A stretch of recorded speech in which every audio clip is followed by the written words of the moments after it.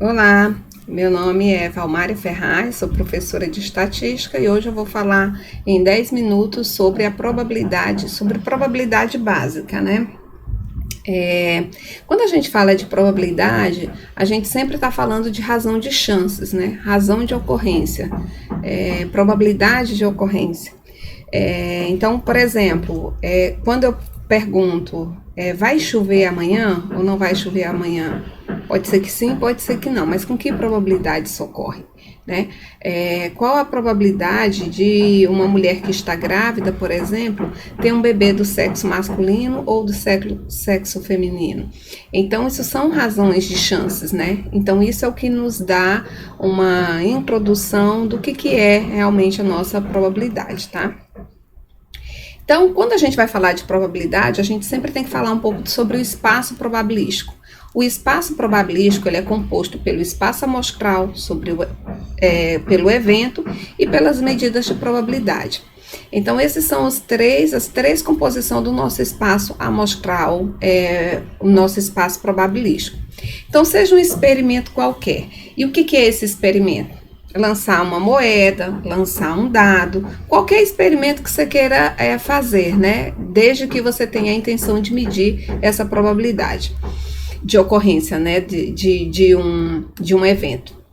Então, a gente tem o experimento. Um exemplo aqui que a gente acabou de citar foi lançar uma moeda, por exemplo. Lançar uma moeda. Então, quem seria o meu espaço amostral? O espaço amostral é o conjunto que contém todos os resultados possíveis desse lançamento da moeda, que é o meu experimento. Então, quem seria o meu espaço amostral para esse exemplo que a gente citou do lançamento de uma moeda? Seria cara, né? Porque lançando uma moeda, se ela tem as duas faces, né? Lógico, e todas elas têm, exceto se for uma moeda viciada. Então, pode dar cara ou coroa. Tá? Então, no lançamento de uma moeda, o espaço amostral do experimento lançar uma moeda pode sair cara e pode sair coroa. Quem seria um evento? Evento é um subconjunto desse espaço amostral. Então, meu evento A seria, por exemplo, o que eu quero que ocorra. Eu quero que saia uma cara, sair cara. Sair cara é um evento. Por quê? Porque ele é um subconjunto do espaço amostral, tá? Então, o evento A é aquilo que a gente quer que ocorra, que a gente delimite que ocorra para calcular essas probabilidades. E o que seria a medida de probabilidade?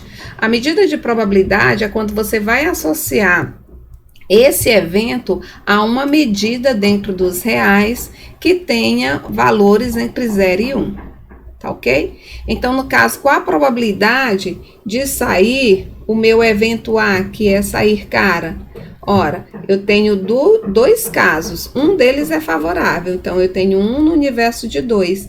Logo, a probabilidade de sair cara seria meio, tá? Ou seja, 50% para sair cara, 50% para sair coroa. Então, na escola que a gente fala de escola frequentista, quando você realiza esse experimento N vezes, então a gente vai fazer a contabilidade do número de vezes em que A ocorreu, dividido pelo número das realizações desse experimento. Vamos supor que eu vou lançar essa moeda 100 vezes, e aí eu vou contar quantas vezes apareceu o meu A, que no caso é cara, né, sair cara, e vou dividir pelo número total de realizações que eu fiz no meu experimento. Em alguns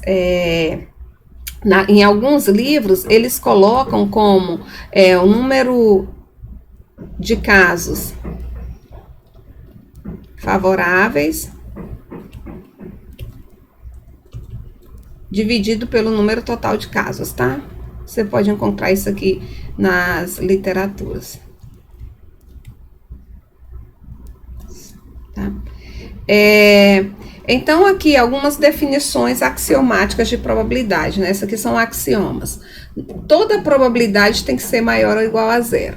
A gente diz que uma probabilidade ela é zero se eu tiver um P de A que é igual a zero, então a gente tem que esse evento é um evento impossível. Vou dar um exemplo bem simples. Você lança um dado, no lançamento de um dado. Qual a probabilidade de vir um número maior do que 7? É zero, porque no lançamento de um dado só vai de 1 até 6. Então, esse seria um evento impossível.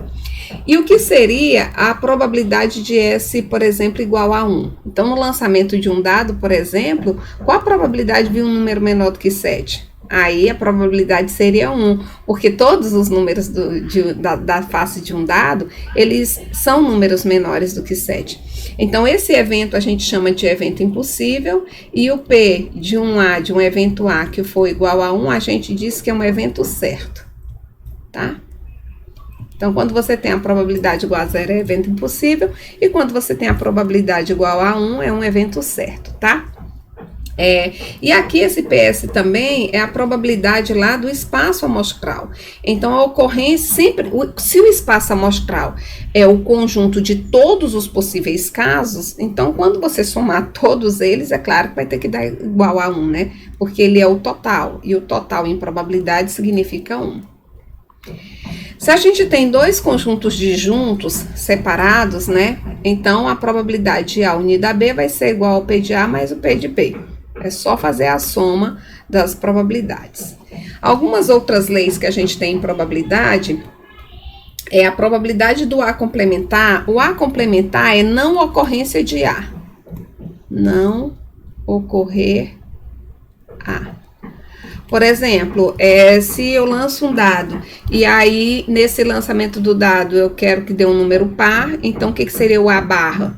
Seria ocorrer um número ímpar, né? Que é o seu complementar. E a probabilidade de A unida a B vai ser igual a probabilidade de A mais a probabilidade de B menos o P de A inter B se houver interseção entre elas. Então, ó, o exemplo que eu acabei de falar do lançamento de um dado, você tem aqui A, B, aí vamos supor que esse A aqui seja para dar um número par e esse B aqui para dar um número primo no lançamento de um dado, tá? Seja o lançamento de um dado. Então, para dar um número par aqui, ó, pode dar o número 2, o número 4 e o número 6. E para ser primo, pode dar o número 2, o número 3 e o número 5. Então, você observa aqui que o 2, ele faz parte do número par e do número primo.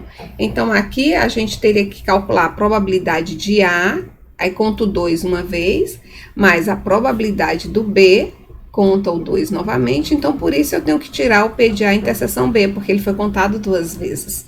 Tá? Então, calculando essas probabilidades, a gente teria aqui, ó, o P de A é 3 no universo de 6, mais probabilidade de B 3 no universo de 6, só que teve um que foi contado 2 vezes, 1/6. Então, isso aqui seria igual a 5/6. E uma outra lei fundamental é que se o A está contido no B, ora, se o A está exatamente contido no B, é claro que a probabilidade de A, os elementos que estão em A, o número de elementos que a gente tem em A, são menores do que os números de elementos que contém em B, que estão em B, né? Porque ele é um subconjunto dele. Logo, a probabilidade de A vai ser menor ou igual à probabilidade desse B. Tá? Vou falar rapidinho aqui sobre a probabilidade condicional. Probabilidade condicional é quando você tem dois eventos A e B sob S, onde esse S aqui é aquele nosso espaço amostral, e o P de B é maior do que 0. Então, a gente condiciona o A um evento B. Isso aqui está me dizendo qual a probabilidade de A, dado que o B ocorreu. Então, para a gente calcular essa probabilidade de A, dado que o B ocorreu, a gente tem que pegar o P de A inter B e a gente vai dividir pelo P de B. Se esses conjuntos, eles são independentes, então a gente diz que o P de A, interseção com P de B, vai ser igual ao P de A vezes o P de B. Então, isso é só uma introdução rápida sobre o que é, sobre probabilidade básica. Posteriormente, a gente começaria com teoremas de Bayes para dar continuidade, tá bom? Então, um abraço e até a próxima.